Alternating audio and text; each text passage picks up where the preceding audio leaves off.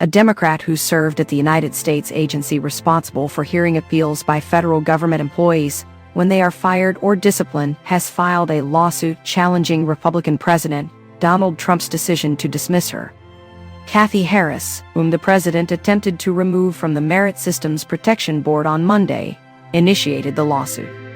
This marks the latest instance of an official from an independent agency resorting to legal action after Trump announced their termination. On Monday, Trump also removed another Democratic member, Ray Lemon, from his role as the board's vice chair. United States District Judge Rudolph Contreras in Washington has scheduled a hearing on Thursday to consider Harris' request for a temporary restraining order to reinstate her. Harris stated, "I am fighting this to protect against the dismantling of the federal agencies that guard against corruption, grift, and political interference with the civil service." White House Press Secretary Karoline Leavitt responded by saying that Trump has every right to exercise his executive authority on behalf of the American people.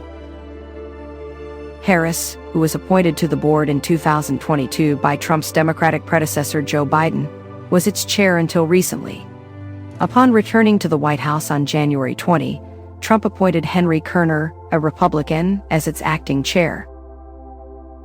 Federal workers who lose their jobs can challenge their dismissal before the board, an independent three-member panel, seeking reinstatement.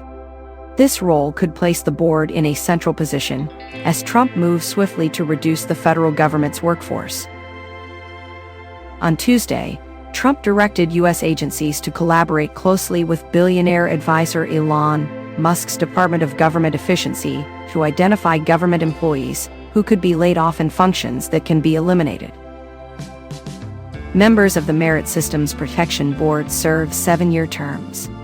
Harris' lawsuit pointed out that, according to a statute, they can only be removed for inefficiency, neglect of duty, or malfeasance in office.